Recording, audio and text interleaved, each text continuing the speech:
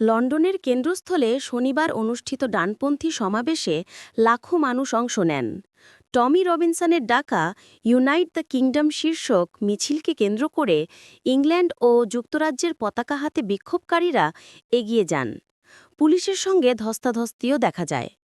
প্রায় ২৬ জন পুলিশ আহত হন, ২৫ জনকে আটক করা হয়েছে। সমাবেশে সমর্থকরা প্রধানমন্ত্রী কিয়ার স্টারমারের নীতি ও অভিবাসন বিরোধী পদক্ষেপের বিরুদ্ধে স্লোগান দেন। অনেকেই যুক্তরাষ্ট্র ও ইসরায়েলের পতাকা এবং মেক আমেরিকা গ্রেট আগেন টুপি পরে উপস্থিত ছিলেন।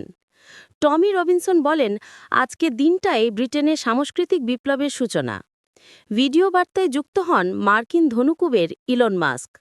তিনি বলেন, ব্রিটিশ জনগণ আজ স্বাধীনভাবে কথা বলার জন্য ভয় পাচ্ছে এবং সরকারের পরিবর্তন প্রয়োজন। এর আগে মাস্ক যুক্তরাজ্যে রবিনসন সহ কয়েকজন ডানপন্থী নেতাকে প্রকাশ্যে সমর্থন জানিয়েছিলেন। পাল্টা সমাবেশও অনুষ্ঠিত হয়, যেখানে অভিবাসীদের প্রতি সহানুভূতি প্রকাশ করা হয়।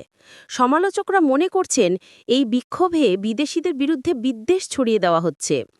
লন্ডন জুড়ে প্রায় ১৬০০ পুলিশ মোতায়েন করা হয়, যার মধ্যে দেশের বাইরের বাহিনীও ছিলেন। সাম্প্রতিক সময়ে যুক্তরাজ্যে অভিবাসন ইস্যু রাজনৈতিক ও সামাজিকভাবে সবচেয়ে বড় প্রভাব ফেলছে। চলতি বছর ইতোমধ্যেই ২৮,০০০-এর বেশি শরণার্থী ছোট নৌকায় চ্যানেল পাড়ি দিয়ে দেশে প্রবেশ করেছে। এই পরিস্থিতি ব্রিটেনে রাজনৈতিক উত্তেজনা তীব্র করেছে।